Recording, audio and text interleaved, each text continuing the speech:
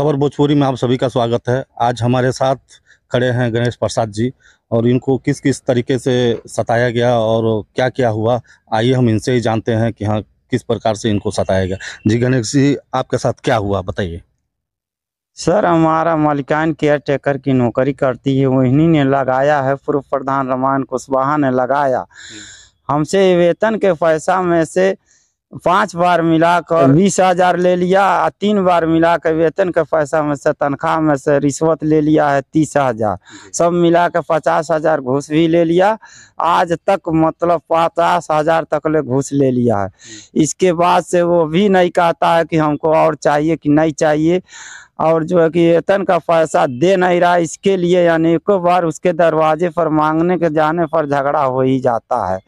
वो कहता है हमारी पत्नी लिया कर जाओ, बैठक करा कर निकलवा कर हम नहीं देंगे, जाओ जो उखाड़ना उखाड़ लो, जो कहना है जिससे कह लो। हमने अनेकों बार उसके दरवाजे से 2 बार पंचायत ग्राम सभा में कराया, उनके दरवाजे पर पत्नी मैं अनशन करवाया। सेक्रेटरी साहब ने हमको कहा कि जाकर पैसा मांगो, झगड़ा नहीं करना है, पैसा प्यार से मांगना है।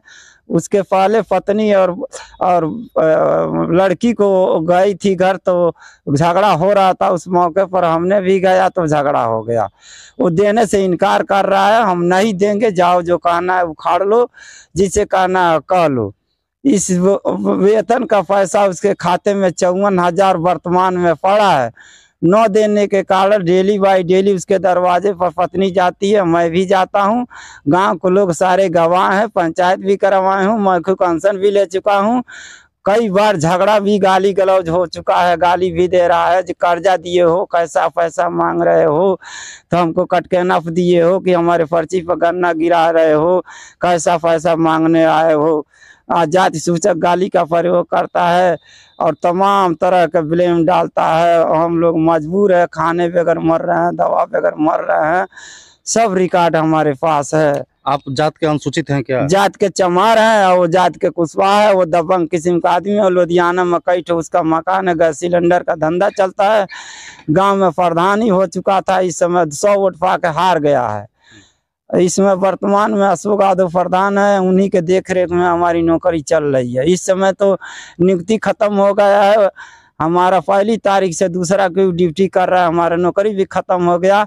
हमसे घूस ले लिया। हमारा खेत परमिशन बनवाने के लिए बोला था कि हम परमिशन अपने पैसे से बनवा लेंगे और इसमें तुमको देना नहीं है, तुमको 85,000 के रेट दे देंगे।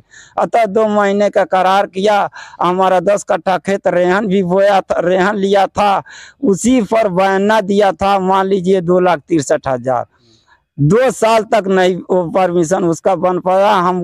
हम इलाज कराने के लिए, लड़के को पढ़ाने के लिए, अपना जीविका चलाने के लिए मजबूरी में 9 कट्ठा खेत 6 माह पहले बेच दिया। बेचने के बाद उसके दरवाजे पर 2,63,000 रुपया लेकर 2 दिन जाकर पत्नी और हमारा लड़का और मैं जाकर उसका निहोरा किया, गोड़धरिया किया, जो अपना मूलधन ले लीजिए।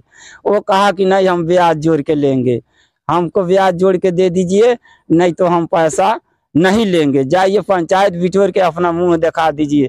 श्रीमान जी, हमने ग्राम सभा में पंचायत 7 टोला का जुटा कर पंचायत करवाया। पंच में उन्होंने हमसे न ब्याज मांगा, न हमारी बात को सुनते हुए दीपूरा है ने डायरेक्ट पंचायत कर दिए कि छोड़िए, इनका 60,000 बोल रहे हैं लगा है, जो है कि उसमें से 30,000 इनको दे दीजिए और गंगा जी नहा लीजिए। तो सब मिला के उनको 3 लाख रुपया हमने तत्काल हैंड ओवर कर दिया, इसलिए कि पत्नी का नौकरी चल रही थी केयर टेकर का, उसी के संचालन से हमको पैसा मिलता था। हमने सोचा कि इसका हमसे ले रहा है तो हमारी नौकरी बची रहेगी, तो उससे ज़्यादा पैसा हमारी पत्नी कमा लेगी। इसी हालत में हम रोब गिलगिला के उनको तत्काल हैंड ओवर कर दिया। उसके बाद से खाता में फिर से पैसा आ गया, 36,000 आया है एक बार।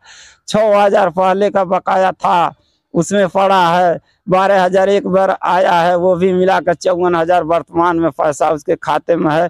इसी के लिए झगड़ा तकरार चलता है विभाग द्वारा उसका खाता। आपको बता दें कि अभी दलित संगठनों के लोग जो हैं वो दलित समाज पर अत्याचार को लेके जिला अधिकारी को ज्ञापन सौंपे थे और कई ऐसे संगठन भी थे उनके साथ SC ST के कि वो लोग दलित पर अत्याचार के लिए उन्होंने ज्ञापन सौंपा था। अभी ये दलित ही हैं गणेश प्रसाद जी और इनके साथ ऐसा हुआ है। मैं इनसे यह जानना चाहूँगा कि किस तरीके से अब इनका जीविका चल रहा है। 4 लड़की है, एक लड़की का शादी कर चुका हूँ, खेत बाड़ी बंधक है, दूसरा शादी तय कर चुका हूँ मार्च में। इस समय हमारे पास पैसा दवा कराने के लिए नहीं है।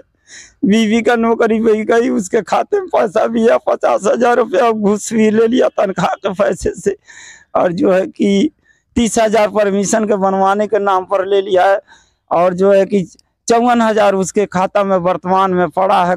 ग्रामीण बैंक यूपी बड़ौदा बैंक में समूह का खाता खुला है, उसी खाते में उसकी पत्नी अध्यक्ष है और पतु सचिव है, और उसी के पटीदार विद्या देवी जो है कि सचिव है। वो कहती है उसके साथ हम पैसा निकालने जाएंगे तो कर्जा काट लेगा, कौन भरेगा। पूरे गांव को लोग दहशत में जी रहे हैं, सारे गांव को लोग को तबाह कर दिया। उसके साथ साथ हमको कह रहा है, इस अनशन के दौरान हमने जहर खाने के लिए शीशी लेके उसके दरवाजे पर खाना शुरू किया तो उनको उतर कर बोला कि पूरे घर भर के लोग मर जाओ,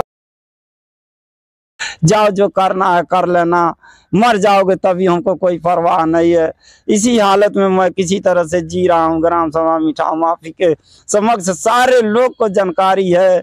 मैं एक टाली गवाह के साथ मैं पूरे गांव को उलाट दूंगा। पूरा थाना में हमारे तरफ से हर बिरादरी के लोग गवाही देने के लिए तैयार है। हमारी मजबूरी को कोई प्रशासन नहीं सुन रहा है। मैं 2 बार थाने में प्रार्थना पत्र, पहला दरखास्त 30 तारीख को 6 बजे शाम को दिया था, जिसमें जो है कि संजय यादव सिपाही लेकर हमको आश्वासन दिए कि चलो बाबा तुम चल नहीं पा रहे हो, हेड साहब आपके मामला फैसला करेंगे, हेड साहब आएंगे तो हम उनको दे देंगे, उनको साथ में लेकर आपको घर आएंगे। लेकिन आज 10 दिन के दिन हो गया, उन्होंने हमारे दरवाजे पर नहीं गया। ये गणेश प्रसाद जी जो हैं वो पैरों से विकलांग भी हैं और इन्होंने अभी बताया कि हाँ मैंने थाने में भी इसकी शिकायत कर चुकी है और अन्य कई जगह शिकायत कर चुके हैं, लेकिन अभी तक इनको इंसाफ नहीं मिला। हम इनसे जानना चाहेंगे कि अभी इस समय यह कहाँ रहते हैं और इस समय कार्रवाई के लिए क्या मांग की है। घर से लपाता है, उसी हक में जलील फकीर इधर उधर स्टेशन पर सोते हैं। जहाँ जहाँ दरखास्त की जरूरत लगती है बारे बार जाकर देता हूँ। घर से निकल चुका हूँ, 4 बजे हो गया। मैं इधर उधर खाता हूँ पीता हूँ भीख मांग के और अपना जीवन व्यापन करता हूँ। इस समय भी कुछ खाया नहीं हूँ। हम भाग के आया हूँ साहब के पास अपना शिकायत लेके, जो हमारा शिकायत सुन लीजिए क्या क्या हमको परेशानी है।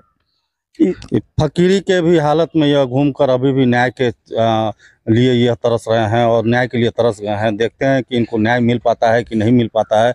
आइए इनसे हम एक बार और बात करते हैं कि जब यह फकीर बनकर और घूम रहे हैं तो इनके घर का खर्च और जो बच्ची का शादी करना है वो कैसे हो पाएगा।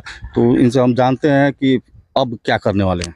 कमाने वाला कोई नहीं है, 4 लड़कियां हैं, एक लड़का है वो पढ़ रहा है, वो खुद हमसे पैसा मांग रहा है। हमने खेत बंधक करके पढ़ा रहा हूँ, खेत अपना जमीन जायदाद बेच के पढ़ा रहा हूँ। जो भी शादी करना है अपन खेत बंधक करके कर रहा हूँ। हमारे पास कोई कमाई का जरिया नहीं है, खुद मैं विकलांग बचपन से हूँ। न्याय के लिए आप सरकार से क्या कहना चाहते हैं। सरकार से कहना चाहते हैं या तो हम तो जहर खाएंगे, उसके लिए जोगी जी के पास जाएंगे, हम उसके लिए आत्महत्या कर लेंगे। अगर जो हमारा न्याय नहीं मिलेगा तो हम कुछ भी कर सकते हैं। इस समय वर्तमान में 4 दिन से घर से भगा हूँ, लेकिन हमारा न्याय नहीं मिलता है।